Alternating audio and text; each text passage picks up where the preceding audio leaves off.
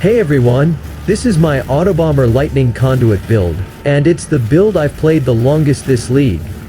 It's incredibly fun and engaging. I missed it the moment I switched to another build. The speed is insane, with its ability to deal damage while moving and a ton of cast speed. It honestly feels like playing a controllable flicker strike.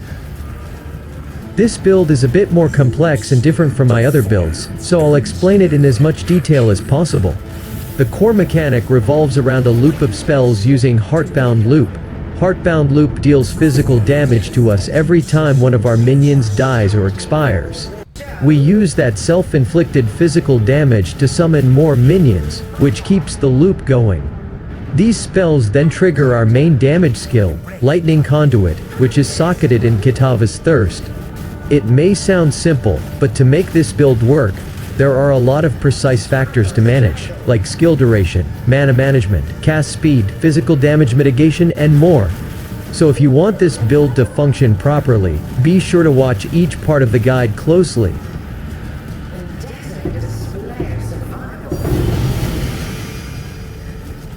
There are two ways to create the loop for this build. The first method uses summon skeletons, which is the most reliable way to maintain the loop and only requires one Heartbound loop ring. However, it demands 4 or 5 to dust jewels, which take up a lot of passive points to unlock the jewel slots. Since this build is very point starved, I wouldn't recommend this approach unless you have a Voices jewel with one passive.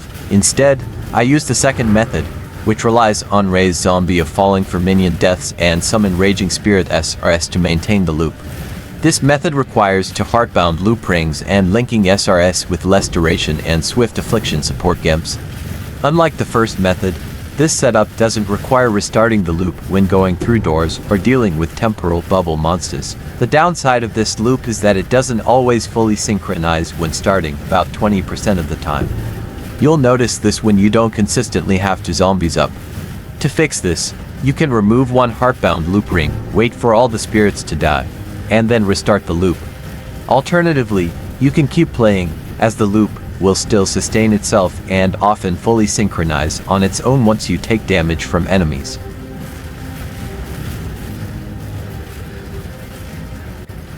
We trigger our minions by linking them to cast when damage taken, which activates whenever we take enough damage. With 2 Heartbound loop rings, we take 700 physical damage each time one of our minions dies.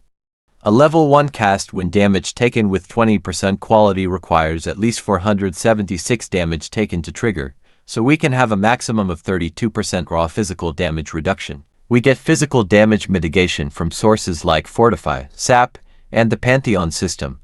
Be sure not to have any armor on your rare items, as it will break the setup. To create a loop, we need to ensure that the minions we summon die or expire shortly after they come off cooldown, allowing them to trigger themselves frequently. However, we don't want them to last too much longer than necessary, as we want to maximize the loop's frequency. Cast when damage taken has a default cooldown of 0.5 seconds. By achieving at least 9% cooldown recovery rate or 27% for a high-budget version, we can reduce this cooldown to 0.231 seconds since cooldowns round to the nearest 0.033 second tick rate. Zombies from Raise Zombie of Falling take about 0.46 seconds to fall, so if we get one cast followed immediately by another, we can successfully create a loop. Casting spells manually within a 0.033 second window is difficult, so we use another minion skill, triggered at the same time as Raise Zombie. This second minion needs to expire in a window around 0.461 seconds to align with the zombie loop cycle. The easiest skill to use here is Summon Raging Spirit SRS since it has the next shortest duration of 5 seconds, allowing us to precisely scale its duration. We scale SRS's duration with Swift Affliction and less duration, using their quality and gem levels to fine-tune the timing. In this setup, we aim for an SRS duration of 1.55 seconds, which requires a level 20 less duration support with 20% quality, and any level Swift Affliction support. Now that we have the Heartbound loop functioning, we need it to deal damage for us. Unlike traditional ward loop builds, which use Forbidden's Right to take large hits and trigger high-level spells, we don't have ward to mitigate the big damage from Forbidden's Right. Instead, We trigger low-level spells and scale them to cost at least 100 mana using Archmage support. These low-level spells then trigger Lightning Conduit, which is socketed in Kitava's Thirst. Since Kitava's Thirst has only a 50% chance to trigger socketed spells, we use 3 different spells with at least 100 mana cost to raise the trigger chance to 87.5%. This is the sweet spot due to the limited number of sockets and diminishing returns on additional spells. The Heartbound loop deals a significant amount of self-damage, about 5,000 damage per second, so we need a way to sustain it. Achieving enough flat or percent life regeneration to recover 5,000 life per second is difficult, so instead, we rely on percent of damage taken recouped as life. This league, Stasis Prison, is quite affordable. I got mine for only 6 divines, though the price may have risen due to inflation. I built the recoup part of this build around this chest piece.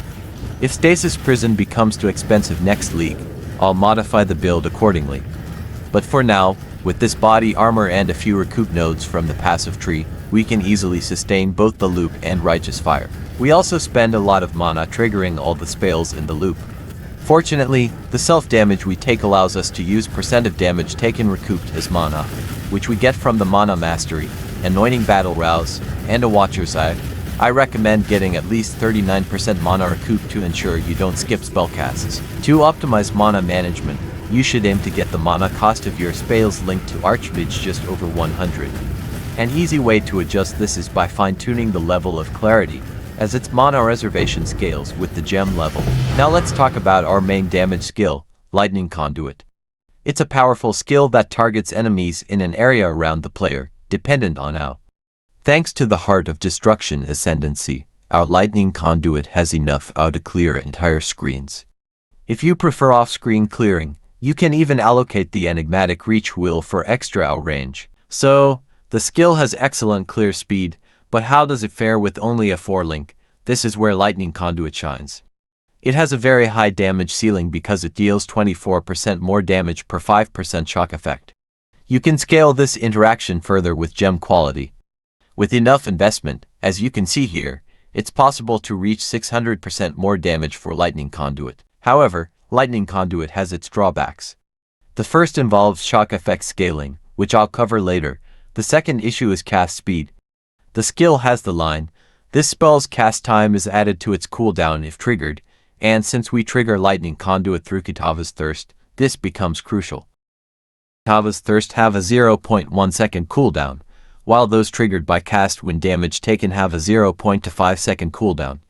To optimize this, we need to reduce Lightning Conduit's cast time to at least 0.15 seconds, which requires around 235% increased cast speed. This is a high number that typically requires heavy investment. Fortunately, as an elementalist, we have access to Necromancer's Corpse Pact Ascendancy via Forbidden's Flesh and Forbidden's Flame Jewels. By adding Desecrate and Volatile Dead to our spell loop, we can easily get to 100% increased cast speed. The remaining cast speed can be picked up through gear and passive nodes. To check if you have enough cast speed, simply hover over Lightning Conduit in-game and compare its cooldown to your other skills linked with cast when damage taken. If the cooldowns match, you're good to go. We start the loop by weapon swapping into a weapon that has the modifier triggers level 20 Spectral Spirits when equipped, which you can get using Essence of Insanity. When you swap back to your main weapon, these Spectral Spirits will die, triggering the loop. If you find yourself dying at the start of the loop, check whether Petrified Blood is active and whether you've allocated the Recovery Mastery. These are both crucial to keeping you alive when the loop begins. Now that we've covered the loop, let's return to Lightning Conduit. This skill can inflict shock on its own and requires enemies to already be shocked to deal damage. As an elementalist, we can easily apply shock to any enemy, including uber bosses, thanks to Shaper of Storms and Corpse Pact. Shock from these sources causes enemies to take 15% increased damage, and we can scale this effect with modifiers to non-damaging ailments. We acquire these modifiers from items, the passive tree, and mainly from the Overshock notable on Cluster Jewels. In this build, we stack 5 Overshock notables. However, shock effect is normally capped at 50%, so to raise this cap, we allocate the plus 15% maximum shock effect mastery and include either Shock Nova or Crackling Lance of Disintegration in our spell loop. Both spells provide an additional 20% maximum shock effect. Personally, I prefer Crackling Lance of Disintegration over Shock Nova because of the cool Kamehameha visual effect. It's also easier to see the ground without Shock Nova cluttering things up. Finally, a max roll Ashes of the Stars amulet will further scale the quality of Shock Nova or Crackling Lance, adding another 15% maximum shock effect.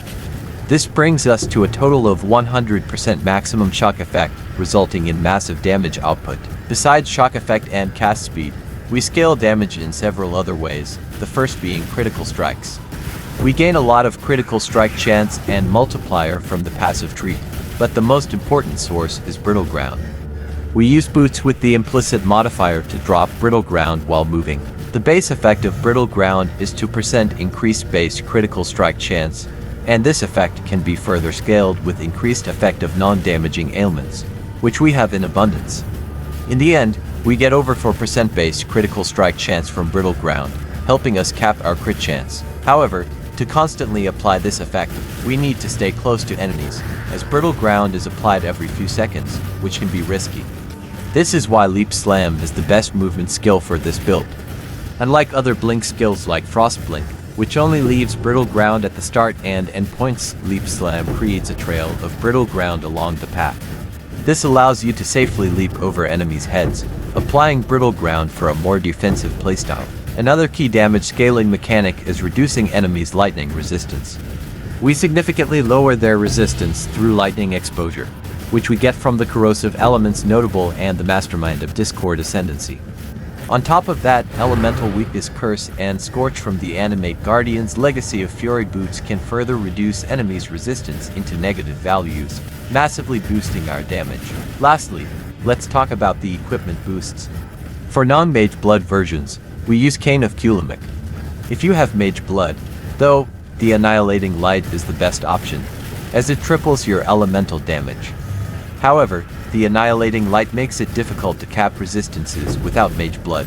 While Mage Blood is the best in slot, if you can't afford one, a rare belt with the increased cooldown recovery rate modifier is a strong alternative. This belt helps boost your cooldown recovery rate to 27%, hitting the next breakpoint.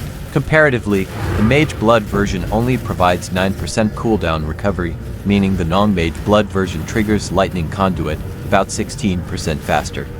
Additionally, the non-Mage Blood version's loop is more stable and less likely to skip casts, unlike the Mage Blood setup. Another key damage boosting item is Algor Mortis. It increases enemies' damage taken by up to 30% and provides up to 20% increased effective non-damaging ailments. Plus, it's very affordable. You can easily find one with a curse enemies with elemental weakness on hit implicit, making it cost-effective and efficient. As you can see, with only 2 to 3k life, this build relies heavily on multiple defensive layers to stay alive. Figuring this out was actually the hardest part when I started the build. It took me many hours and thousands of regret orbs. To be honest, despite all the defensive layers which I'll show you later, the most important factor in surviving is the philosophy. The best defense is a good offense. Dead enemies can't hit you well, except for those pesky porcupines. Your survival largely depends on how fast you clear monsters, and you'll see why once I walk you through all the defensive mechanics in this build. So, our first layer of defense is our ability to clear the entire screen in the blink of an eye. The second layer is the ability to move while dealing damage. With this, you can focus entirely on dodging while still dishing out damage. This is a premium feature that only a few build archetypes in PoE offer, and it's much stronger than you might think. Try playing a retaliation build, and you'll quickly see how difficult it is for monsters in PoE to hit moving targets. For almost any build, capping elemental resistances is crucial for surviving elemental damage. This build uses a lot of unique items, so we rely heavily on a bismuth flask to cap our elemental resistances. If you're struggling to cap resistances, you can swap petrified blood for purity of elements. Just remember to adjust your skill's mana cost accordingly. It's even harder to cap resistances if you're using the high damage Annihilating Light staff, which triples your elemental damage but lowers your resistances. In that case, Mage Blood becomes essential. You'll also need to corrupted Heartbound loop rings with elemental resistance modifiers. Luckily, They're pretty cheap since we don't need the 420 physical damage modifier on the rings. Finally, the Bastion of Elements Ascendancy is a huge help for mitigating elemental damage. It provides a shield that absorbs elemental hits and makes you immune to elemental damage reflection. Block is a crucial defensive layer for this build. We aim to maximize both attack and spell block chance. Since our main weapon is a staff, we invest in staff-related passive nodes that provide both damage and block chance. In addition to these nodes, we use a few replica reckless defense jewels to help cap our block chance. By the end, we'll have 75% chance to block attacks and 80% chance to block spells. While block is important, it's not enough to fully protect this 3k life build, so I've also incorporated evasion. Our equipment provides some evasion rating, but it's not sufficient on its own. The main source of evasion comes from a Jade Flask and the Grace Aura provided by the Spectre Perfect Primal Thunderbird. This aura also grants us an additional 7% chance to evade through a Watcher's Eye modifier. With these, we reach 80% chance to evade, and combined with our 75% chance to block attacks, enemies will only hit us about 5% of the time. To further reduce the chance of being hit, I've taken the Thunderstruck notable. This notable allows our critical strikes to knock back shocked enemies, making it harder for them to reach us. While you could add Glacial Cascade to the spell loop for additional knockback, I find it unnecessary.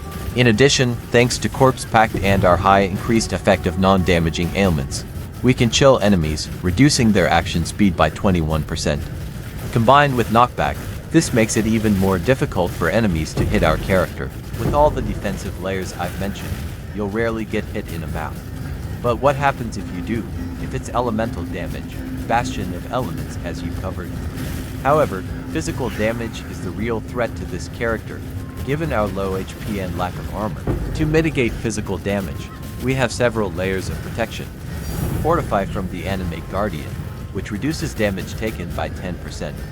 Enemies are sapped by Algor Mortis, reducing their damage by 20%, thanks to our abundance of increased effect of non-damaging ailments. The Animate Guardian also applies Enfeeble to further weaken enemies.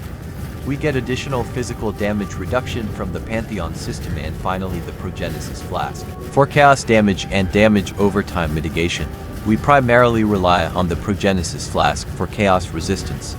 Damage over time is mitigated by life recoup, but unlike other cast when damage taken builds that use ward, our life recoup isn't as strong. You'll still need to be cautious in heavy damage overtime fights, like Uber Elder. Ailments aren't much of a concern with this build. Stasis Prison provides up to 100% faster expiration of debuffs, and we rarely get hit. I also have immunity to freeze and 50% reduced chill effect thanks to the Brine King Pantheon. While shock immunity can be acquired from a flask suffix, I don't find it essential. Our life recoup covers bleed and poison. The only real concern is corrupted blood. I've died a few times because of it, so I decided to get corrupted blood immunity from a corrupted jewel implicit. Overall, this build isn't super tanky, but it's not a glass cannon either. You'll die occasionally, but it often depends on luck. My longest streak was 18 T17 maps without dying. And don't forget, our final defensive layer is those 6 portals. Now let's talk about the gear. Starting with the helmet, Kitava's Thirst. The ideal implicit modifiers would give +4 to the level of Lightning Conduit. However, if you can't find that, +2 to levels and increased shock effect are still great alternatives. For weapons, it depends on whether you have Maga Blood or not. If you do, go with the Annihilating Light for massive damage. If not, Cane of Kulamik is the better option. The body armor is Stasis Prison. Aim for at least a 90% roll on life recoup. For gloves, Algor Mortis is the best choice, and try to find one with elemental weakness or enfeeble on hit. Your boots will be the only rare item in the gear setup. The key stats to look for are maximum life, resistances, and the implicit modifiers. You'll need at least 9% increased cooldown recovery rate, which may cost a few orbs of conflict if you're unlucky. For rings, use to Heartbound loop rings as mentioned earlier. If you don't have Mage Blood, go for a rare Stygian Vice belt with at least 15% increased cooldown recovery rate, alongside life and resistances. As for the amulet, I generally use Replica Dragonfang's Flight with the Battle Rouse Anointment. However, I switched to Ashes of the Stars for the Uber Boss Killer version of the build. Let's briefly go over the Flasks for the non-mage blood version. Use Progenesis for chaos resistance and a health boost. A Bismuth Flask for elemental resistances and life leech. A Jade Flask for evasion rating. In this setup, we use the Trader Keystone to generate flask charges, so we are limited to using only 3 flasks. Mage Blood version. Progenesis for survivability or Bottled Faith for extra damage. Bismuth Flask and Jade Flask remain essential. Silver Flask provides Onslaught for increased attack and movement speed. Diamond Flask boosts critical strike chance.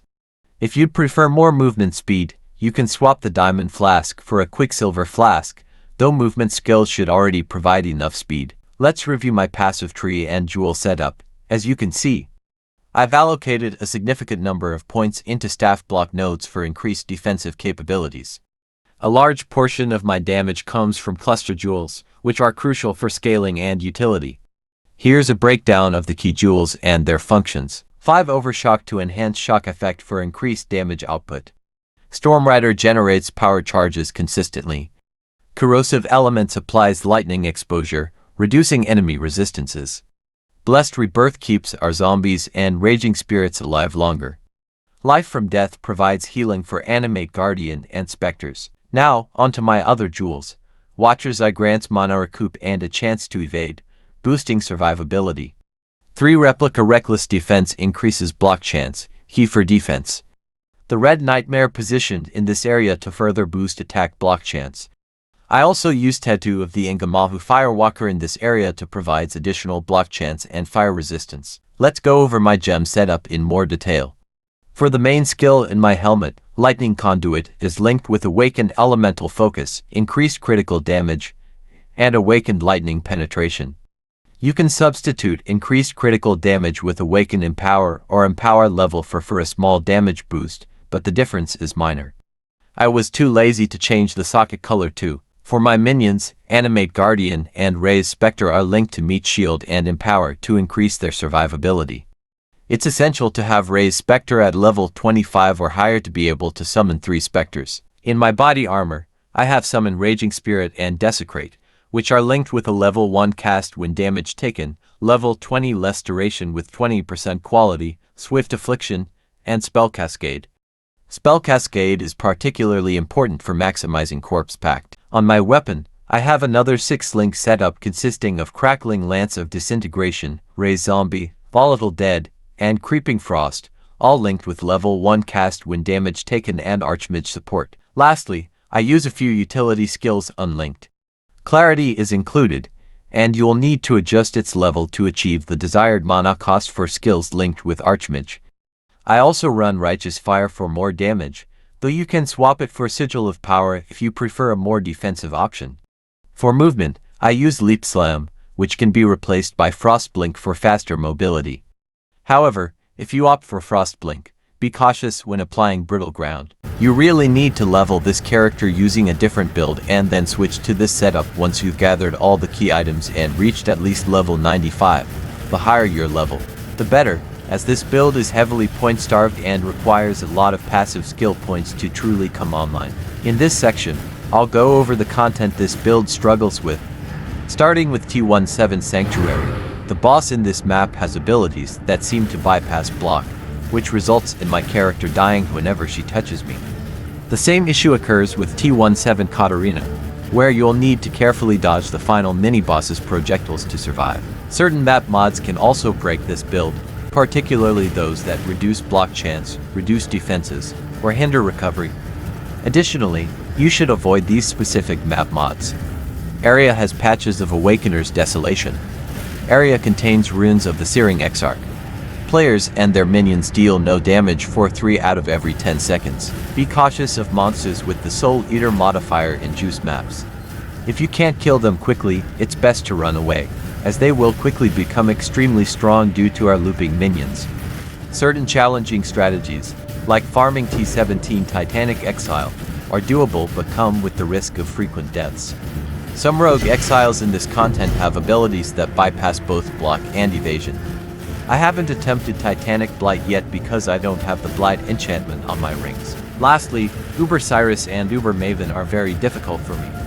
The sheer visual clutter caused by our spells makes it hard to see what's happening during these fights, which leads to significant challenges in handling the mechanics. By far, the farming strategy that works best with this build is boss rushing and invitation farming.